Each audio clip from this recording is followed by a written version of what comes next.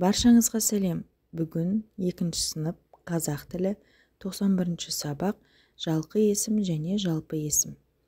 Егер видео ұнаса соңына дейін қарап, лайк басып, комментарий жазып, және де арнаға тіркелуді ұмытпаймыз.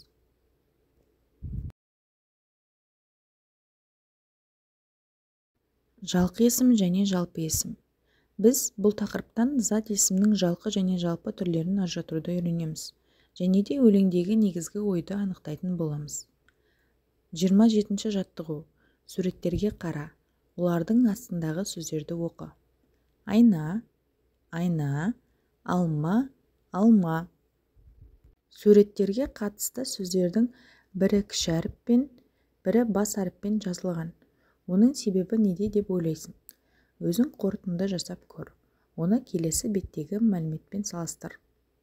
Айна, алма, яғни үлкен әріппен жазылған, бұлар адам аттары, яғни жалқы есімдер.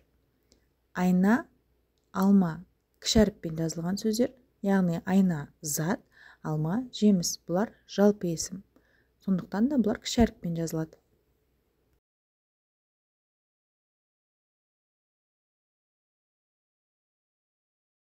Енді бізге берілген ережеге тоқтала кетсек. Кісінің аты жөні, жер су аттары, жан-жануарларға қойылған атаулар жалқы есім деп аталады. Жалқы есімдер әр уақытта бас әріппен жазылады. Мысалы, Әсел, Алматы, Іле, Құтжол. Келесі 28-ші жаттығу. Өлеңді жатқа жаз. Бекен, төкен, тете екен. Тете үлкені бекен екен. Жалқы есімдердің астын сыз. Бұл өлеңде жалқы есімдер бекен, төкен. Себебі үлкен әріппен жазылады және де кісі аттары. Сондықтан да бұл екі сөз бізде жалқы есімдер болып саналады.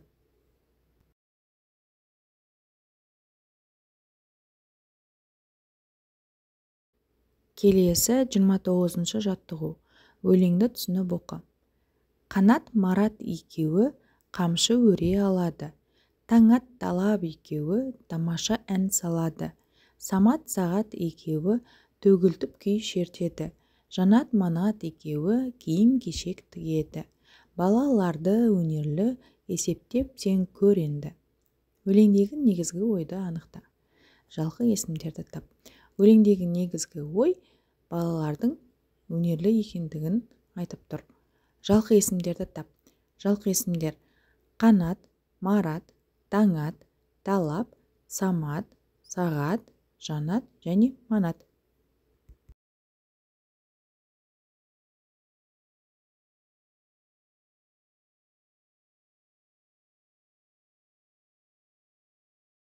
Келесі шығармашылық үзіліс. 30-ші жаттығу. Берілген сөздердің бір әрпін алып тастап, жаңа сөз жаса. Бізге берілген сөздер бата, әсел, емен, қаша, ажар, асан. Енді жаңа сөздер жасайық.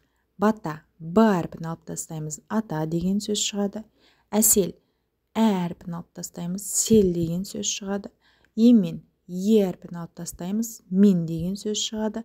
Қаша, әрпін алып тастаймыз, қаш. Ажар, әрпін алып тастаймыз, жар. Асан, әрпін алып тастаймыз, сан.